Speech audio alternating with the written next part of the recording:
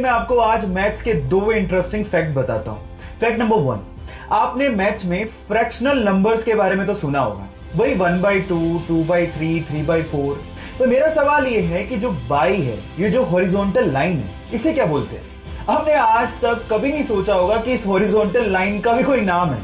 Don't worry, मैं आपको बताता हूं। इसका नाम है विनकुलम। याद रखिएगा, विनकुलम।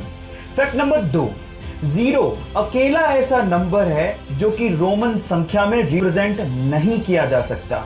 है ना इंटरेस्टिंग फैक्ट? ये दोनों फैक्ट आपको जान के कैसा लगा, चैट सेक्शन में लिखना मत भूलिएगा। गाइस, व्हाट्सएप पे टेक्सटिंग करके हमें शॉर्ट फॉर्म को यूज करने की इतनी आदत हो गई है कि आजकल स्टूडेंट्स अपने कॉलेज और स्कूल के असाइनमेंट्स में भी शॉर्टकट्स यूज कर रहे हैं, और जो लोग ऑफिसेज जाते हैं वो अपने ईमेल्स में शॉर्टकट्स यूज कर रहे हैं।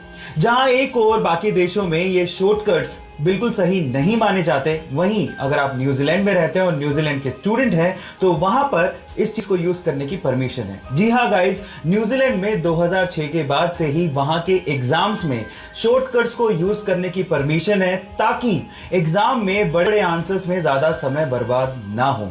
क्या आप लोगों को भी लगता है कि हमारे देश में भी एग्जाम्स में शॉर्टकट्स को यूज करने की परमिशन होनी चाहिए? चैट सेक्शन में लिखना मत भूलिएगा।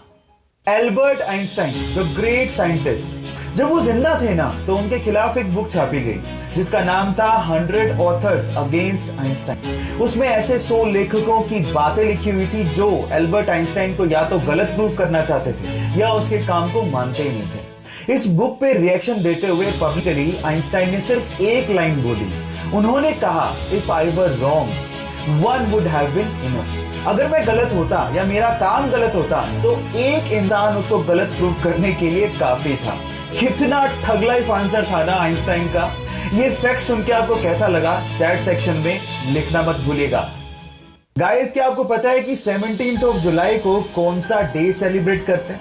डोंट वरी, मैं आपको बताता हूं। 17 जुलाई को हर साल हम लोग वर्ल्ड इमोजी डे सेलिब्रेट करते हैं। पर सवाल मेरा ये है कि इमोजी ये शब्द आया कहां से और इसका मतलब क्या है, ये भी मैं आपको बताता हूं।